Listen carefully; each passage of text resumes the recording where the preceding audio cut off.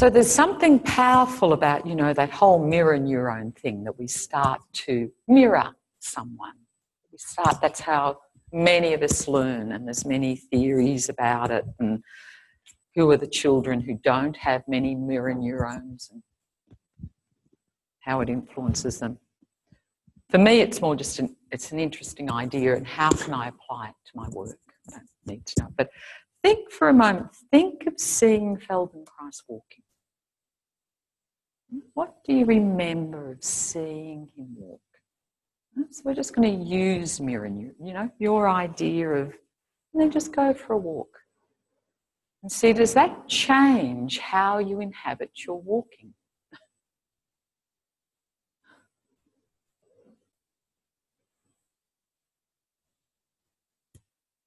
Jane's got her, she's got a bit of a rock at the moment. When we went out the other night, she was really swinging. I said, Jane, I have to stop you because I'm starting to do the same. And I wanted, but she tried to. It's great. No, really. Just stop because she's.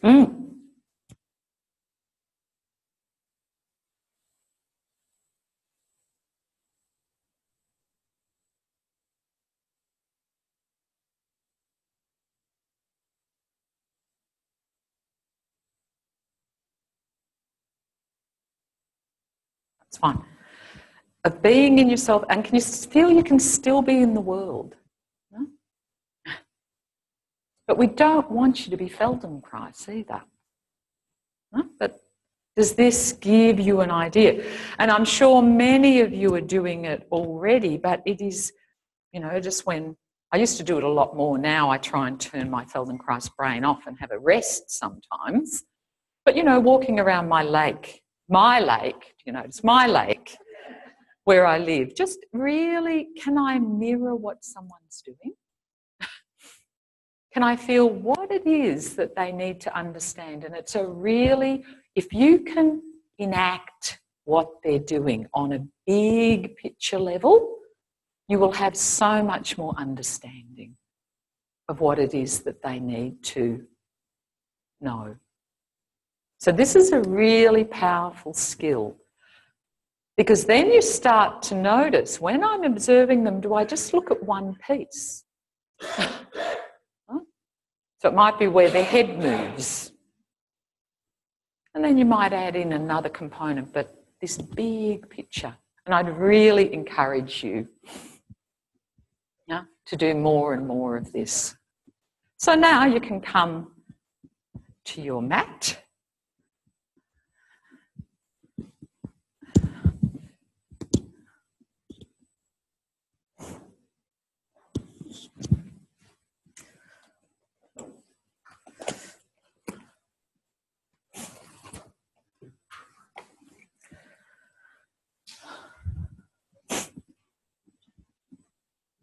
And we're going to continue with what we've been doing. And, you know, another great thing for you to do, if you're interested, if you've got the interest, is maybe go back over the ATMs this segment. How do they all support each other? What is it that's happening in all of those different ATMs that's actually making sense? So rather than them being separate ATMs, can I begin to see that there's some bigger understandings there that could maybe really help in how I observe people? Because again, it was fun. I had dinner last night with Susan and Zoran and Jenny and Stephanie. And so it was fun sharing teaching experiences and what works and what doesn't work as well. And you're doing the same in your ATM teaching, getting together what worked really well, what didn't work so well. You know, it's so valuable to get different people's feedback. And we were talking a lot about, you know, going back, timing, orientation, manipulation. And that the orientation is often the really big thing that's left out. No? Not always, but often when you see people doing ATM, they can again go very into themselves, but have they still got the world around them? Do they understand that direction is about moving in the world. But if I don't find direction, if I don't understand, what does my knee going down mean? What does my arm coming to the ceiling mean? What are all those movements, those orientations in space allowing me to feel and to experience? And then the timing, really notice, do I tend to stick to the same timing all the time? No. And timing's about initiation. You can be looking for a sequence, and you can see often in ATMs we will build up a sequence, but the sequence is always in terms of at the end it becomes one seamless movement. That every part of us is put into our image of the action. Okay, so lying on your tummy,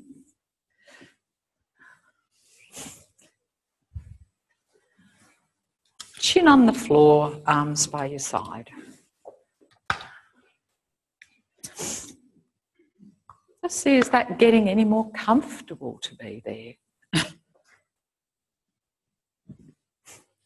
Because what would make it uncomfortable to be on your belly, generally? I mean, for some women, big breasts, absolutely. But what, if we discard that, what would make it comfortable for some of us to lie on our belly and others uncomfortable? Soft chest, breathing, the ability to lengthen our flexors. Our flexors. The ability to lengthen all the muscles on the front surface of our body. Yeah? So the flexors in our torso, it gets a little bit more confused if you're going to get into the arms and legs. But generally, so what makes it more comfortable on our back? The ability to lengthen our extensors. Yeah?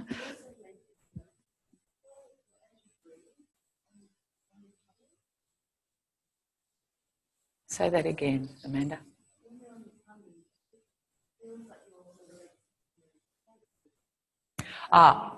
Good observation. So then it's that ability to lengthen that allows you to breathe in more places. So feel what happens if you tighten your belly a little bit. Huh? Your belly on you. Yeah? Feel what happens if you flex your hips a little bit. Huh?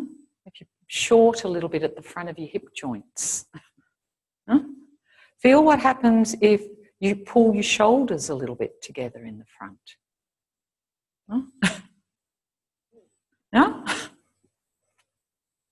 So does that sort of make sense that what you're doing is just finding how to get longer on the front? And there's something, and I've talked about this before, there's this ability that as we find we can get longer on the front or longer on the back, we find that we can be long in both. That it helps us to lengthen both. So get your sense of comfort, your sense of length, your sense of width in your tummy at the moment with your chin on the floor, and very gently press with the back of both hands. Have your arms straight. Don't have your elbows bent. No? And very gently press, gentle, gentle, gentle. And you lift your shoulders, both shoulders. So you press gently with your hands. And you lift both shoulders. And how little press do you need to really lightly lift your shoulders? And can you feel your elbows can get engaged in that? There's something on the back of your arm that has to work.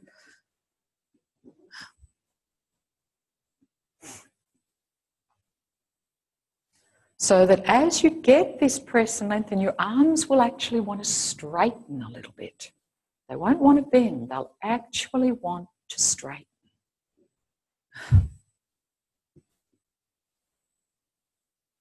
You just want to get a little bit straighter, which is asking you to activate a little bit more in your the back of your upper arm, the back of your shoulder, the little muscles at the back of your shoulder blades.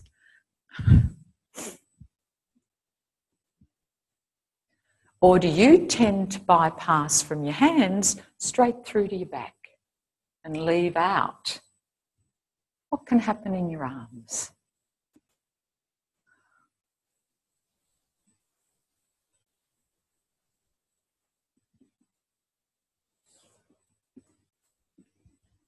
So as you find that lightness in your shoulders, that ability for your shoulder blades to lightly pull back across your ribs with your arms in this position.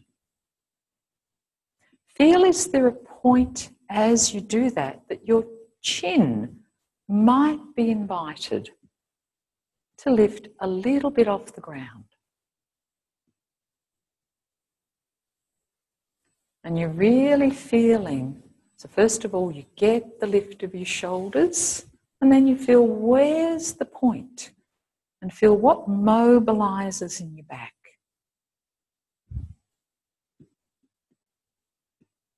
Because you've done this movement quite a lot, so now again we're coming back to making finer distinctions.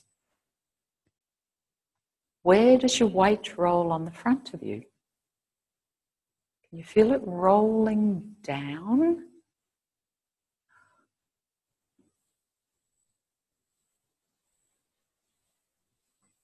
And your legs are staying soft, your pelvis soft. So you really, this is an opportunity for some of you to really find some of these muscles in your upper back, your upper arms, your shoulders.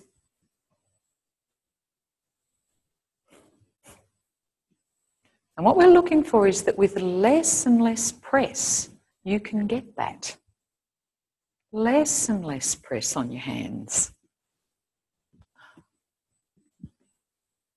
But there's still a press, a gentle press.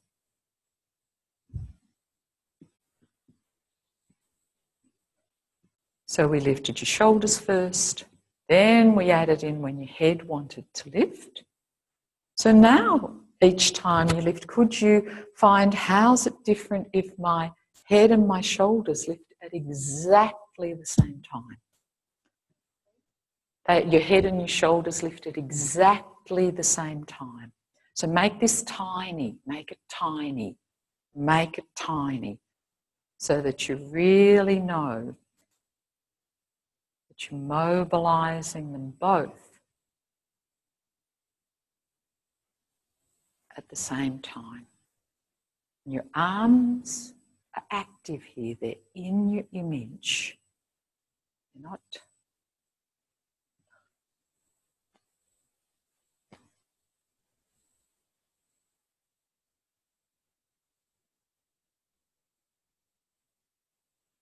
Such a new movement for those of us who don't use our arms a lot for weight bearing, or to find this ability to mobilize our arms with our back so that it really becomes light. Great. And pause.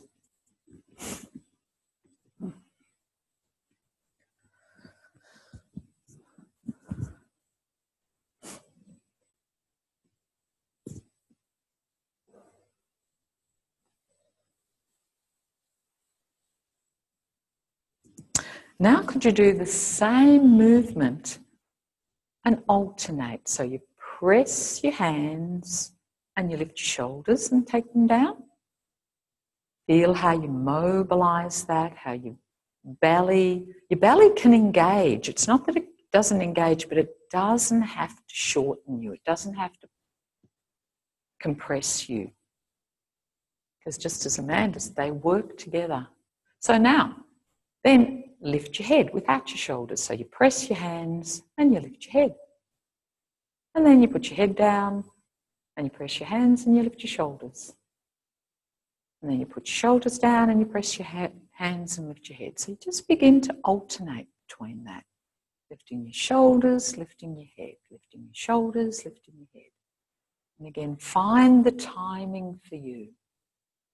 And really feel, does the weight roll differently down the front of you, depending on whether you lift your shoulders or your head? Are you engaging different parts of your back? And you'll feel that by where the weight rolls on the front of you.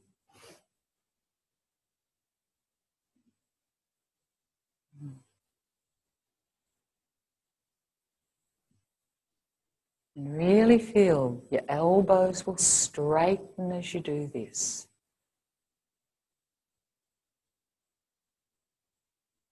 You'll feel the muscles at the backs of your arms, for some of you, start to do something.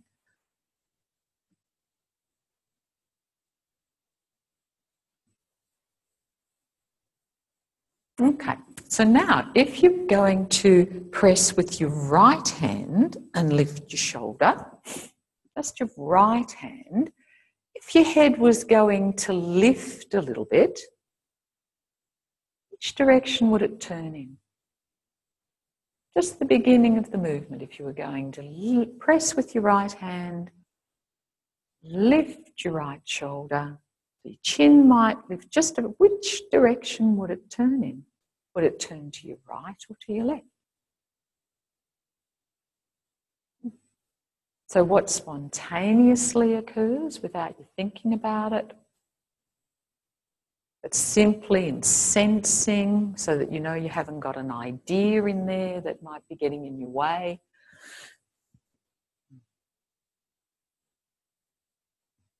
And feel free to do either one if you're not sure.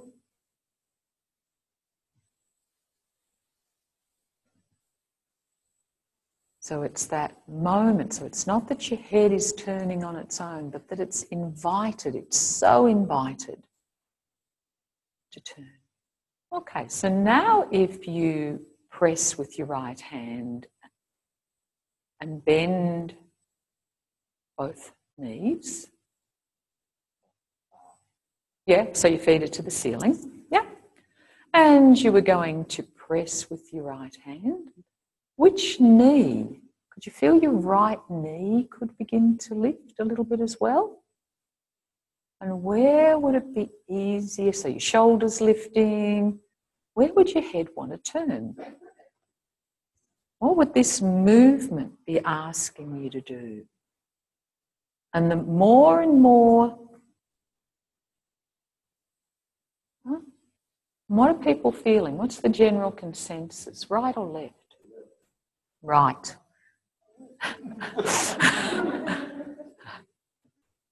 And don't worry if you think left. It's what you're doing with your weight shift as you're doing it. Yeah?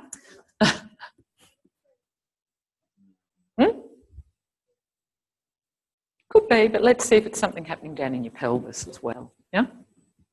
Okay, so now do the same thing. You're going to press with your left hand and lift it. You can leave your legs long now. You're not going to lift your legs at the moment, so have your legs long. And you're going to press with your left hand. Lift your left shoulder, and you're just going to feel, if my head was going to lift a little bit, where does it want to turn?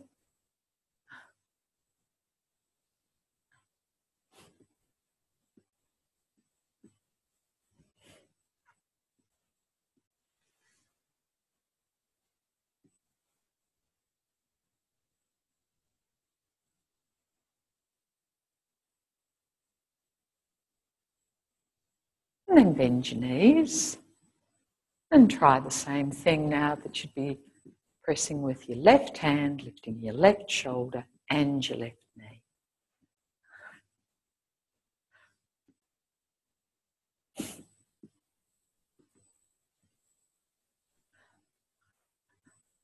Where does your weight go? Where does your weight go? There's the line on the front of you. Okay. So this time, leave your head to the left. Leave your head to the left. Yeah, head to the left, so your right cheek's on the floor.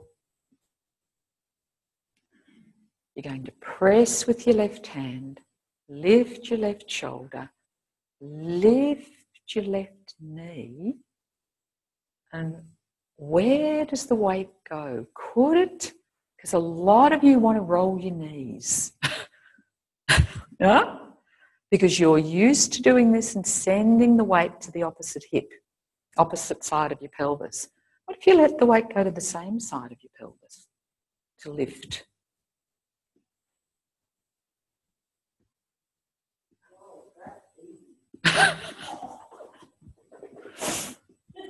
Yeah?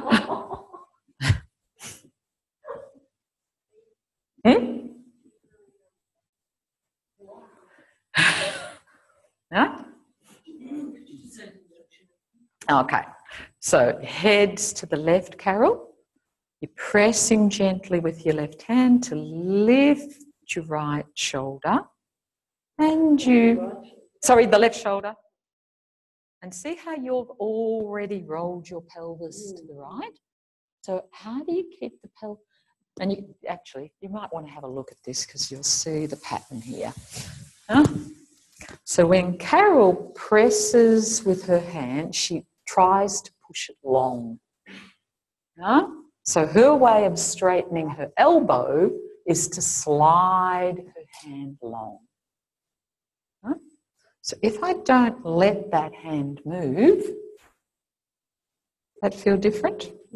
Her shoulder blade has to go in a totally different position because she's used to pulling that shoulder blade down. Huh? And that pulling down there is going to help her to shift the weight over to that hip. Huh? So if she can find that could, yeah. So now keep your weight here, Carol. So the weight's going to roll down your right side as you lift your your left side as you lift your left shoulder. And now lift your knee. No, the other knee. There. Yeah? Feel the difference? Yeah, so for those of us who are always used to using our low back to extend their hip, it makes sense that they like to go to that side and then they can, you know? But how do I keep my back over here? There's my hip extension. Huh? That's new. Yeah? Yeah?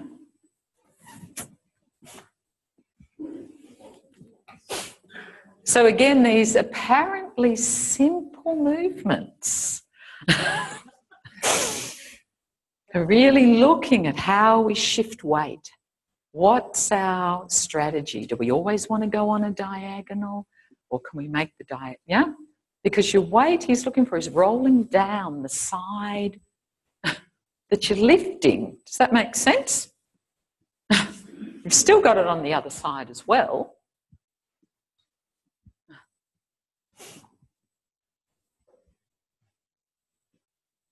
So it's all about where the weight's rolling. Yay, now we're seeing something.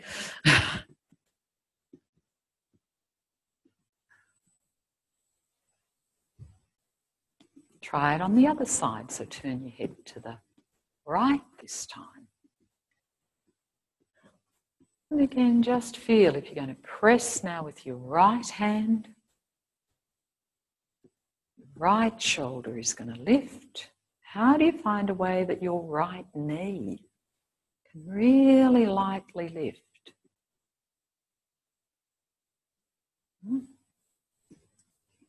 So that it's really your hip.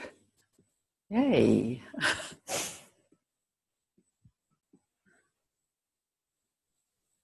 So see if you could begin to think this is sort of walking in a way. Yeah? The shoulder lifts, or one shoulder goes back, same hip goes forward in a way. Yeah?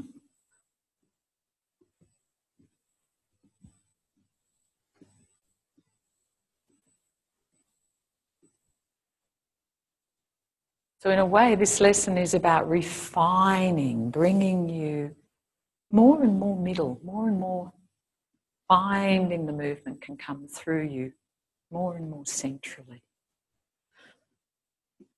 Okay. Leave your legs up. Put your chin back on the floor.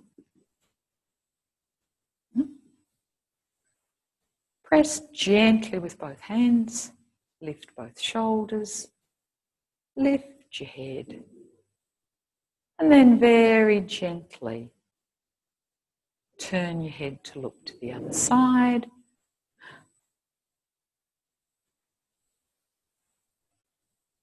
And once it's there, lift both shoulders again. Lift. And just feel, would it be easier to press with one hand than the other? To turn your head to the other side. So we're really organising here your arms to do. So what would have to happen in your shoulder blades, in your upper chest,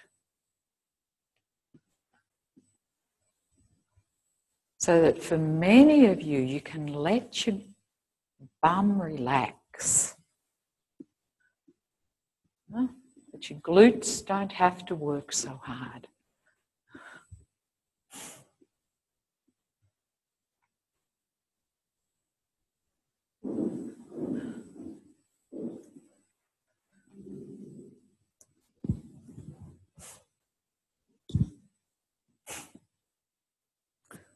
Okay, so then press with your right hand, lift your shoulder and your head.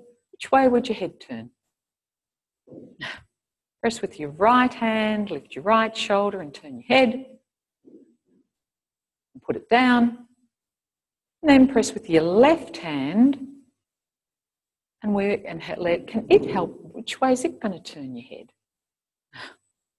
And just go softer and gently and easier and really begin to feel pressing with one hand, pressing with the other hand a little bit more, and how that movement can go through you.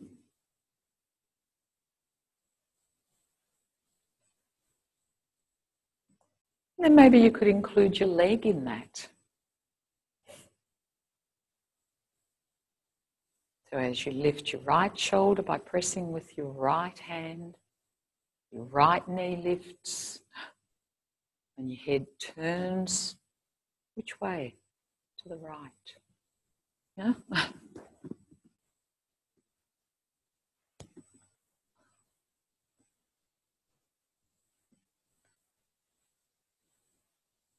think this has got something to do with walking. It's also obviously got something to do with our calf and our headstand. Finding that your pelvis is still alive, but it doesn't have to.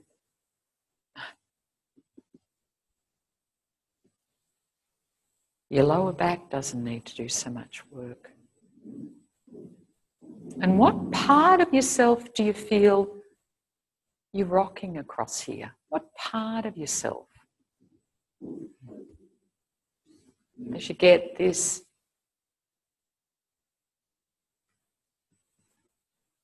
if you can really get that your knees are bent, and it's just this small lift, small lift of the knee. And begin to feel what may be happening down in your low belly and in your pelvis.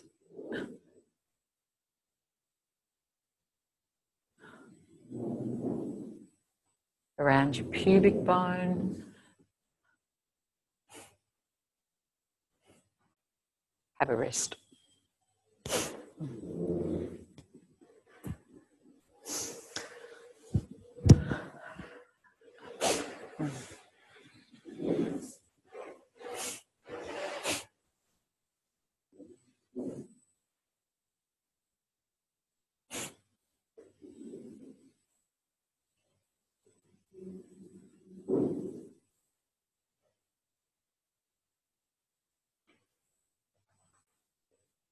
So how does it feel after doing all that work with your extensors?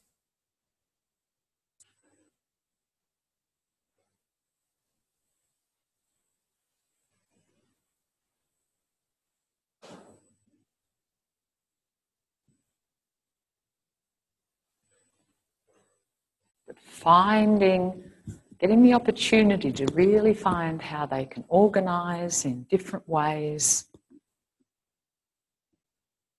different patterns maybe out of your habitual. Okay, on your belly again. Chin on the floor, arms by your side.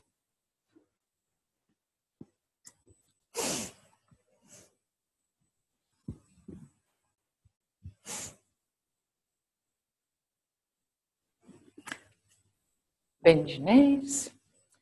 And this time you're going to lift your head, your shoulders, and both knees.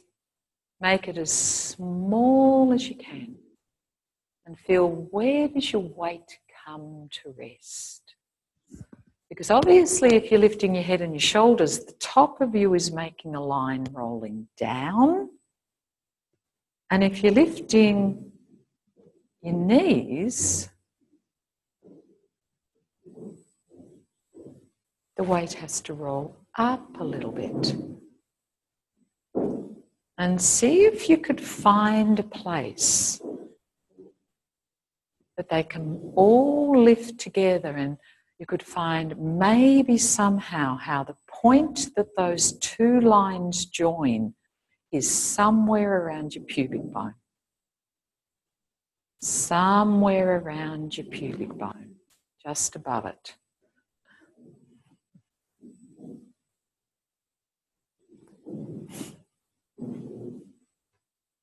So your hips are actually going a little bit forward to lift your knees.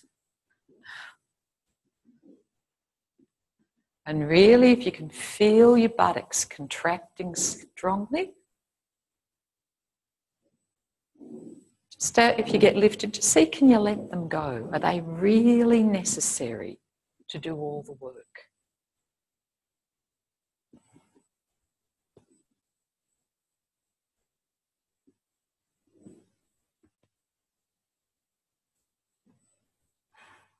Okay. Then, once you've found, and this again goes back to this principle of the arc that we lightly touched on the other way. Can you imagine if, you just have to look at me for a sec, sorry, if as I lift my knees and my head and my pelvis, I come to just one point on the front of me, in my circle. If I've got a big circle here, how big would the circle be? So that if I was going to rock a little bit, how much could I rock? Compared to if I just lifted a little bit and had more of me on the ground,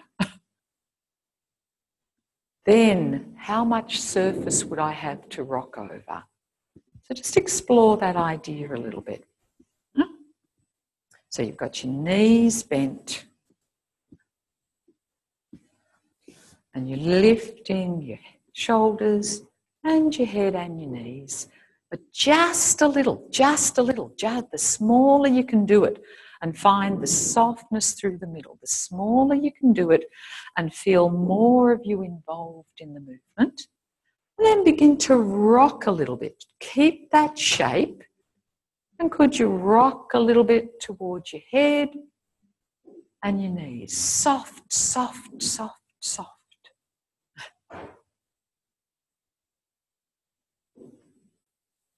So as your head lifts, your knees go down. So how do we get this ability to hold ourselves in one position, but again, not by using our big muscles, not by, but that we've got this softness in there that we can still rock a little bit. Because if I'm try using your big muscles, just do it, just work hard. Now feel how you, What happens to the quality?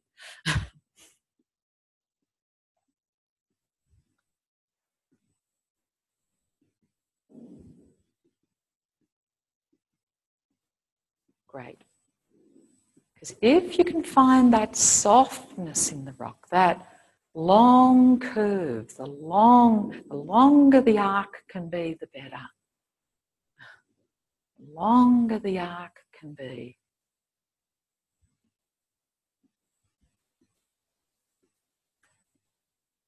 So you're still long in the front, but you're also long in the back of you, in a way. Okay, roll over onto your belly. Let's explore it from the other direction.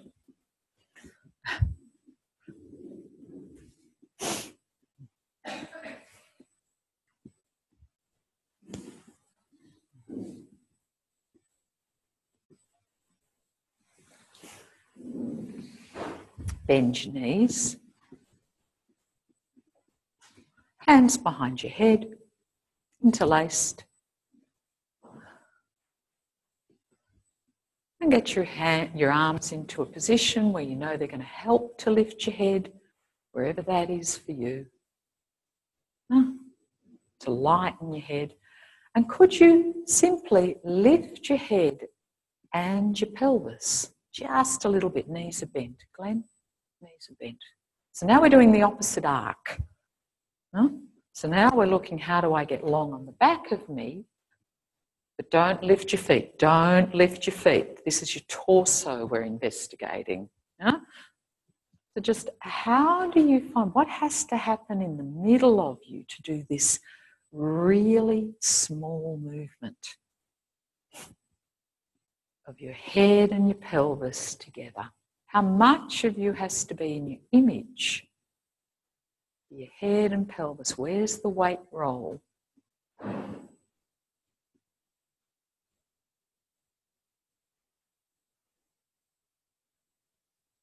And then leave your pelvis down and lift your head a little bit. And just feel, can you feel that line rolling down in the direction of your pelvis? So you're rolling down your back in the direction of your pelvis. And just see, do you have to roll the pelvis up?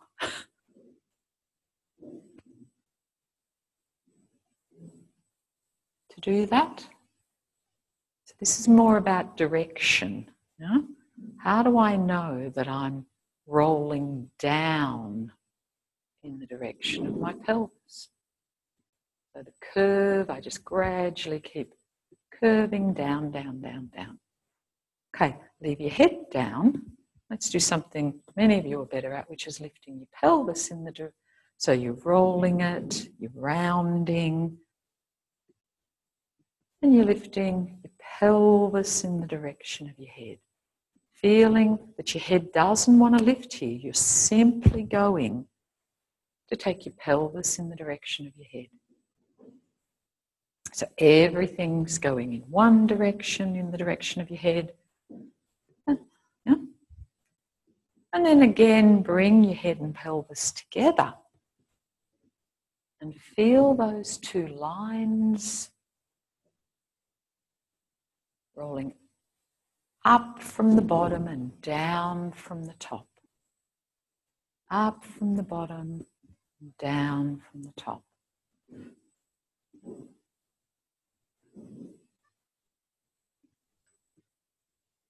Okay, then just hold it somewhere so that your head's up a little bit, just a little. And could you lift your right hip and your right shoulder toward each other? Not your elbow and your knee. I'm being really specific in my language here.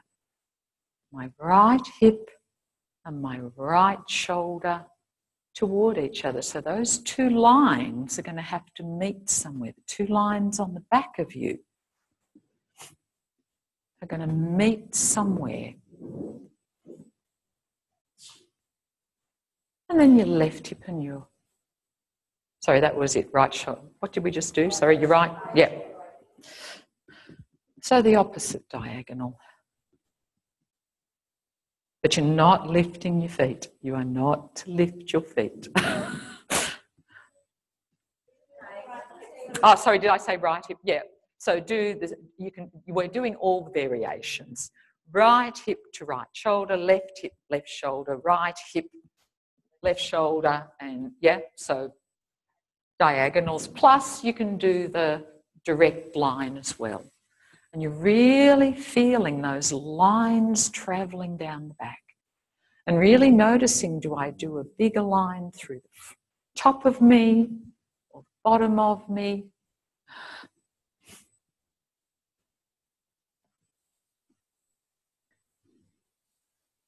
So the lines are coming to join somewhere in the middle of you. Does that make sense?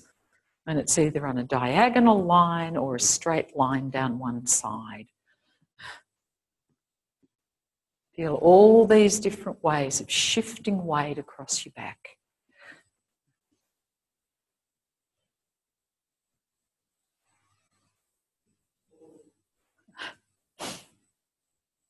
Just notice, do you have habits somehow in there? Then, could you lift your right shoulder in the direction of your left hip, but your left hip stays down? Your right shoulder in the direction of your left hip, but your left hip stays down. And then the left shoulder in the direction of your right hip, but your right hip stays down.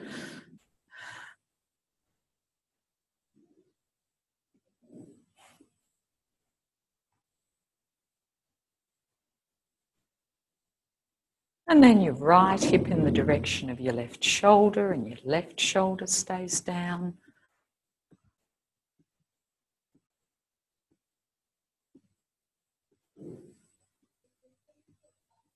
Your head's up just a fraction. Just a fraction.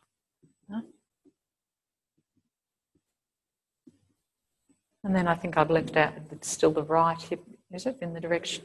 Left hip to the right shoulder. And your right shoulder stays down. So really beginning to understand this, when are the two coming together and how the lines on the back of me move, or when I'm going in one direction. Just feel which of those are more familiar for you.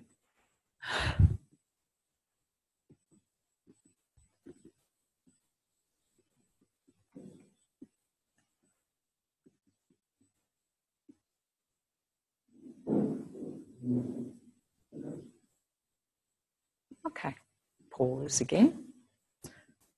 So this is just a little question. What would make it easier for me to do a sit-up, to roll up to sitting? Which direction would I have to feel running down my back? Would the pelvis and the shoulders be coming together if I was going to leave?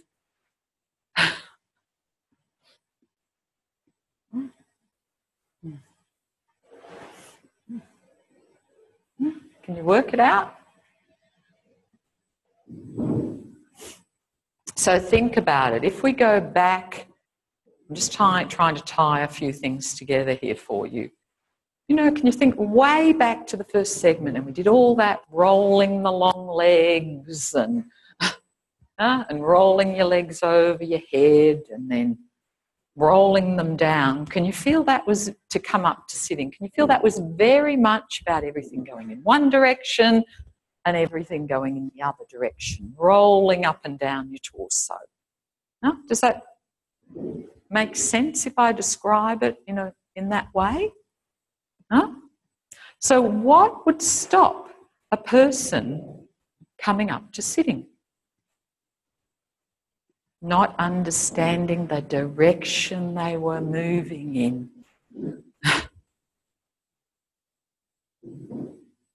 No?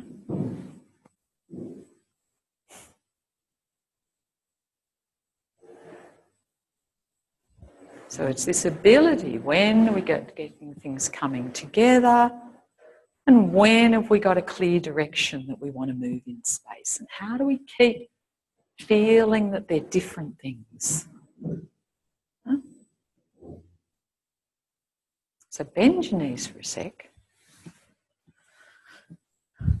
And just feel if you were going to come up to sitting from there. The easiest way for most people is if they lift their legs and go all that way and then come down this way. So you roll, you lift your legs and roll towards your head, and then you roll towards your feet. Clear direction. Yeah? Yay! So this is where it gets interesting in terms of orientation. Yeah? So this is not manipulation necessarily. This is people understanding a direction. Oh, beautiful. And you'll notice there's so many people who, when they go to do a sit-up, their pelvis comes this way, and the shoulders are going this way. So what happens? There's two of them they're going in the opposite directions.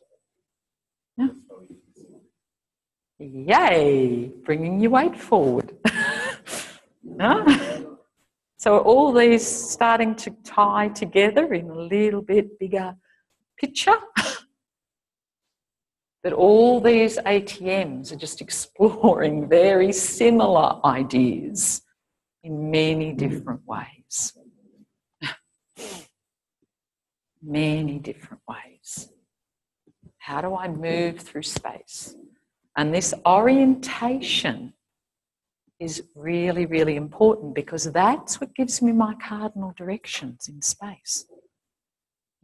Knowing when everything's going where I want it to go. And I'm not fighting myself. I'm just... Okay, down on your back again. Hands behind your head. Feet bent, knees bent, you know what I mean. Smallest movement you can of lifting your head and your pelvis, the same amount. The same amount. And feeling with that very small movement, how much of you can you involve? How much of you can you involve? Feel the area of contact you're on. And this long arc. This long arc. And then could you rock a little bit there? Pelvis lifts, your head lifts. Pelvis lifts, your head lifts. And you can really feel you rolling up and down an area of your spine. Up and down, up and down. That's beautiful, Karen. Really clear direction. Up and down, up and down.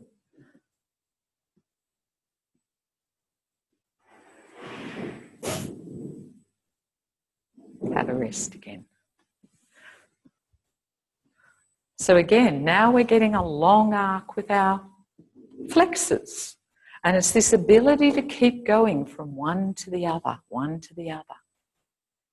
I can have a long arc in my flexors. I can have a long arc in my extensors.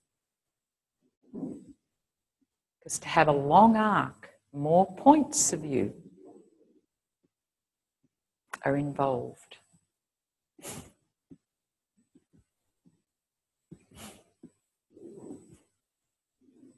And you usually find with most people, once they begin to find this long arc, the short arc gets easier with less effort. Easier with less effort. No?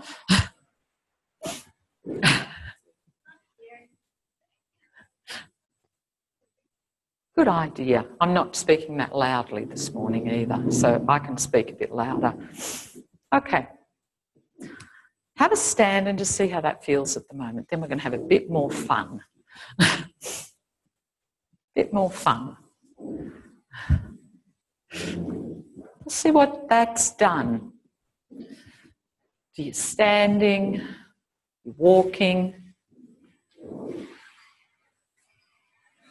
Is it a little bit easier now to feel, as I go down to the ground, everything's going down a little bit?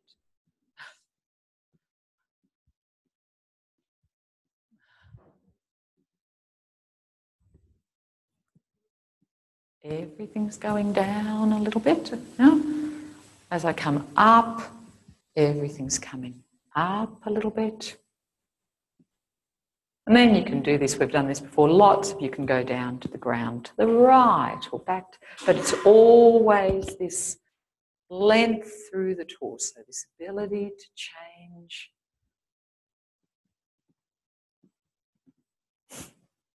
So we're really doing lots of different ways to find more of yourself. Okay, on your tummy. Chin on the ground, arms by your side.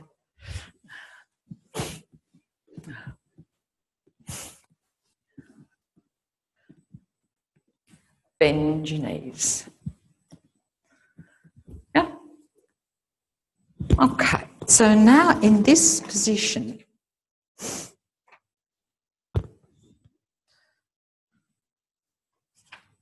could you gently lift your pubic bone off the floor? So your knees are still down. You lift your pubic bone off the floor and you lift it up in the direction of your head and put it down. And then you lift your head and your shoulders, still using your hands to help a little bit, and adjust them to go with that movement of your pubic bone up. So you lift your pubic bone, you lift it up in the direction of your head, and then you lift your head and your shoulders.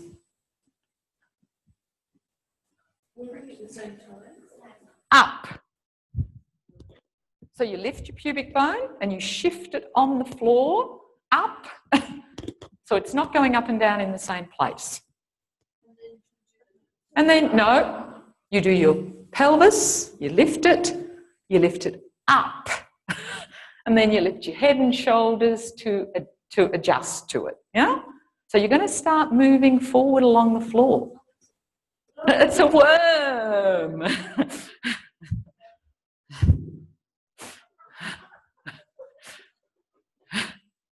So it's your pelvis first, then your head and your shoulders. Your pelvis first, then your head and your shoulders.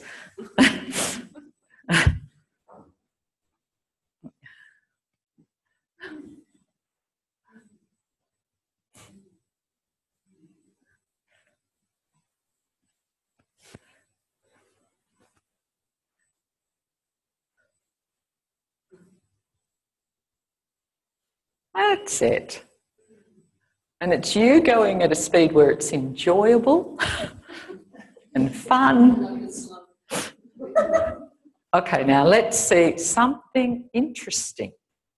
What happens to your speed of doing this movement if you spread your knees wide apart? Really spread your knees so your knees aren't lifting from the floor. Now do it. What happens when your knees are wide apart? Does that do something to the speed? Your knees are down. They never... The feet are up. You've got your knees bent. No. What happens when you really let your knees go wide compared to if you have them close?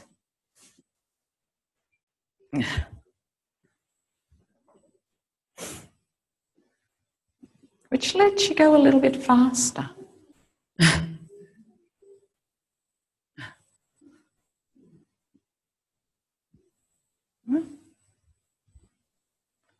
Which allows your pelvis to move more easily around your hip joints. Now Joel's getting it. There he goes. So you can kind of come up as you...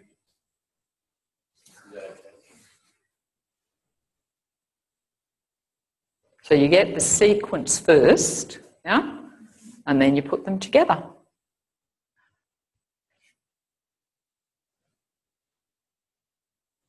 So as your pubic bone goes down, your shoulders lift. As your pubic bone goes down, your shoulders lift.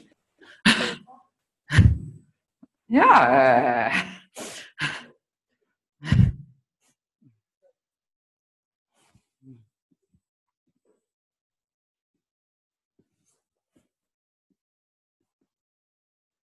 And it's nice to also break them into the sequence, yeah?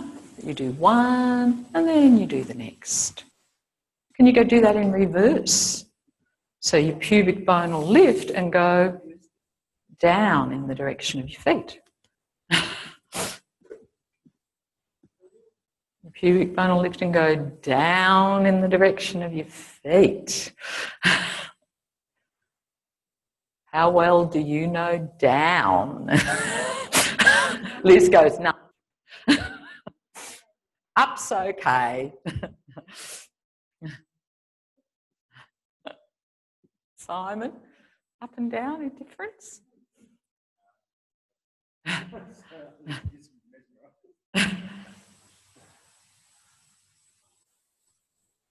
That's it. That's it. So these directions.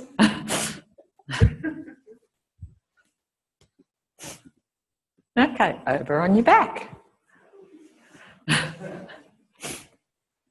Being worms.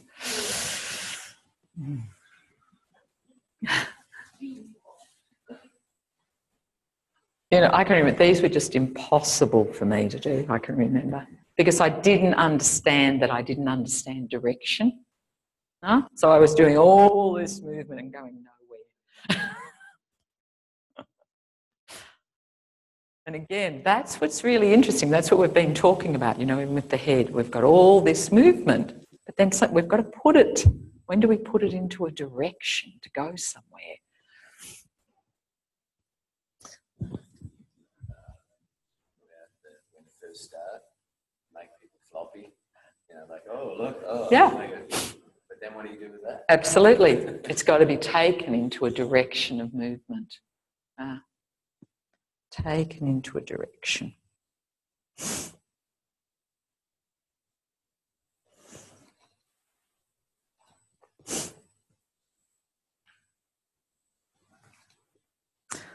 So, bend your knees, lift your pubic bone up, your pubic bone up, and move it up. Oh, so you'll want your hands under your head, sorry, just a little bit. Yeah? So you lift your pubic bone, you move it up on the floor, and then you lift your head and shoulders to adapt to that, to move them up in space. Yeah? And then you lift your pubic bone again, you lift it up. Oops. So it's just a little movement up, direction of your head. You lift your pubic bone up, and then you've got to move it. No, because that's not going to move it, is it? It's lift up and position. You've got to lift all of the unit. You've got to lift your whole pelvis to move it up in space. Yeah? So it's not a pelvic tilt we're doing here. Yeah? But your pelvis is still free here to tilt if it wants. Yeah? But you're moving up.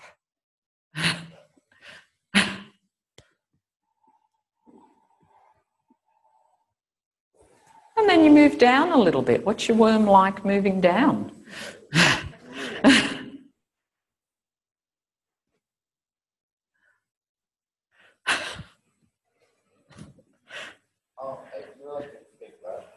Well, your feet will have to move at some stage.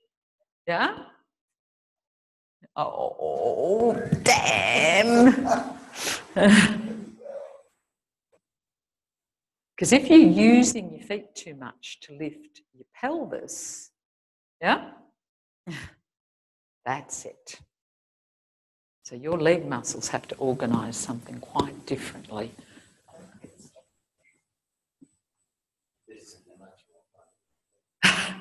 For some of you. For some of you. Yeah. And it depends on, what do you think it depends on? Yeah, flexion, extension again. Yeah?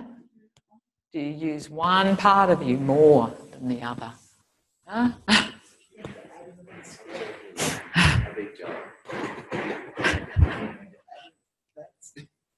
Okay. So when you lift your pubic bone, see how you take it that way? Yeah. Lift it straight up. Straight. Now take it down. Pubic bone. It's about lengthening in your belly. Lengthening in your belly when you lift your pubic bone. No. You've got to break it down into the two components. Yeah? Okay. Have a stand for a moment, see how that feels. What's that done? Lots of challenges to keep exploring. There's something really powerful that we're heading for here about this movement of the pelvis over the hip joints. So just feel, does something feel different at all?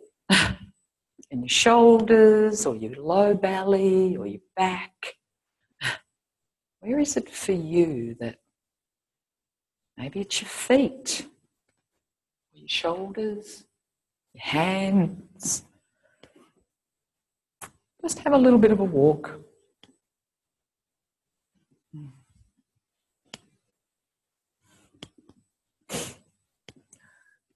Come back to lying again. Nearly there.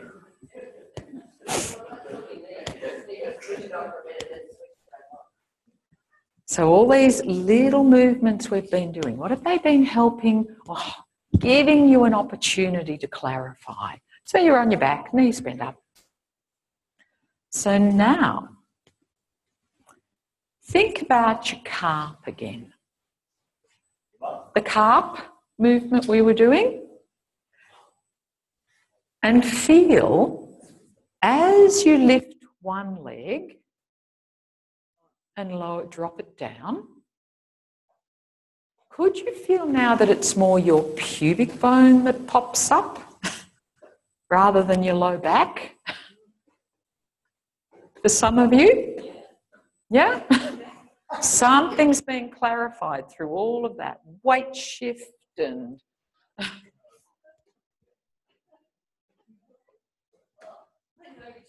so it's not your pubic bone going up and forward, or it's just going up.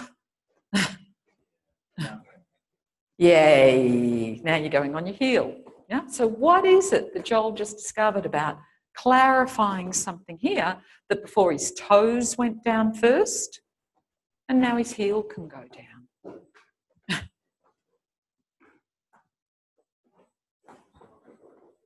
And again, it's really getting that idea that you can do it one leg, but as you drop that one leg, your whole pelvis pops up, your whole pelvis. And it's that pubic bone, that having that length through the front of you, the length through, especially in the low belly.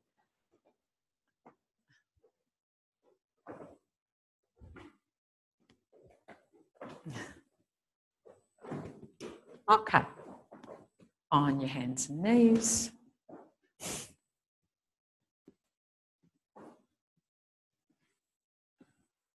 Head on the ground. Hands in isosceles triangle. Now, what were some of the things that you can remember that we were looking at here? It was, are you on the top of your head? Are your toes tucked under? Is that making a bit more sense for some of you? That your toes would be tucked under? That you've still got that freedom to rock your head a little bit forward and back, and it's your head doing the rocking. It's your neck changing shape. So you don't have to use, so your neck's soft and free here. Shoulders are free. And then you begin to lift one knee. So what are all the things that you're thinking in your sensation? And you know you're thinking in sensation when your head remains soft and free. And you're really feeling, how do the other points, if I'm going to lift my right knee, which hand might take a little bit more weight? Or do I keep the weight even on both hands? Which hand might take? How are my arms adapting? And then I lift the other one. And I'm thinking of my pelvis going up. And then I can lift both knees again. Just stay within what's really great learning for you here at the moment, where you're interested, you're curious, and you know you're not looking for the goal. You're thinking in sensation. And as you walk one foot forward or the other, can you feel what happens in your hands? Do you keep exactly the same weight on both hands? Can you feel there's this ability that you're always adapting your weight a little bit, shifting it a little bit, every part of you, but your head can more stay still.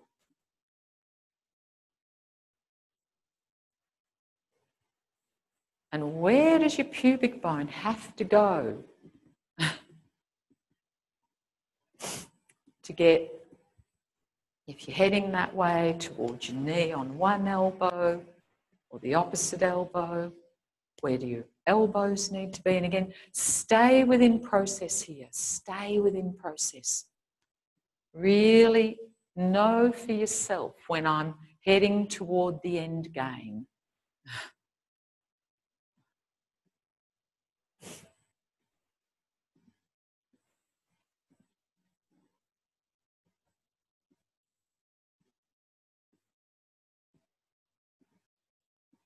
What are all the things that I've been experiencing in my felt sense that are helping me here?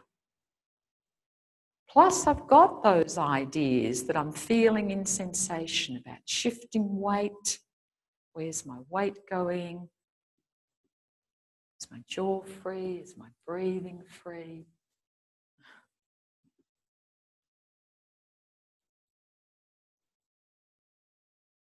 So that if I can get my knees, can I begin to lift one leg, lift one knee? And if you want to lift one knee, there's many ways you could do it, but I'd really encourage you to lift your heels toward your buttocks first. If you want to lift one knee off your elbow, can you find a way to curl your heels to your buttocks?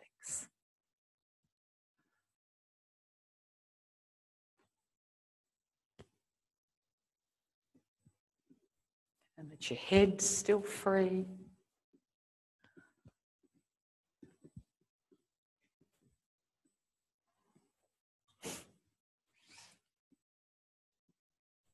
Because again, this is the process.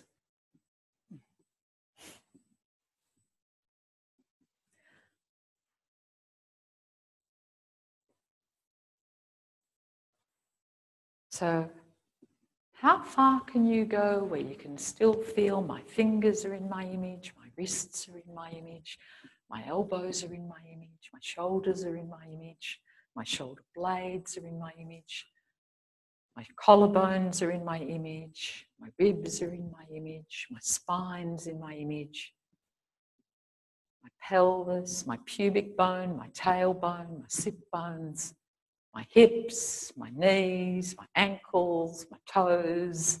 That's what it's about. That's what this is about.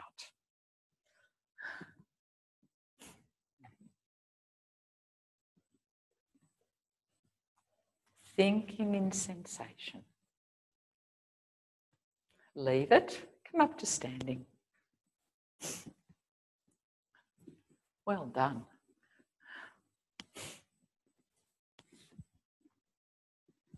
How does that feel?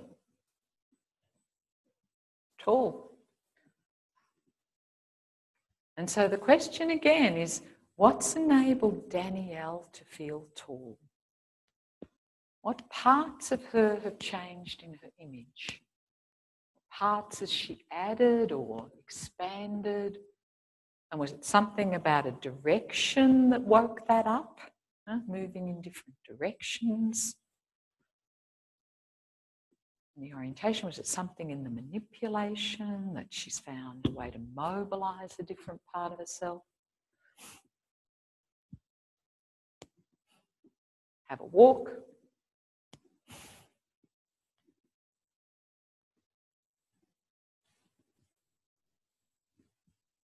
So how do you get this embodied sensation in your walking?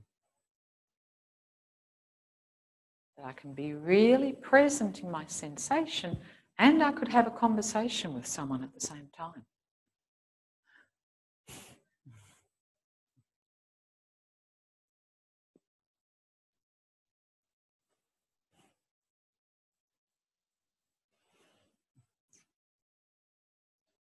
Okay, let's take a break.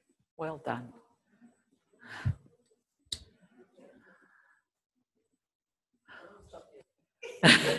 Absolutely. Oh, that was so funny. I told you.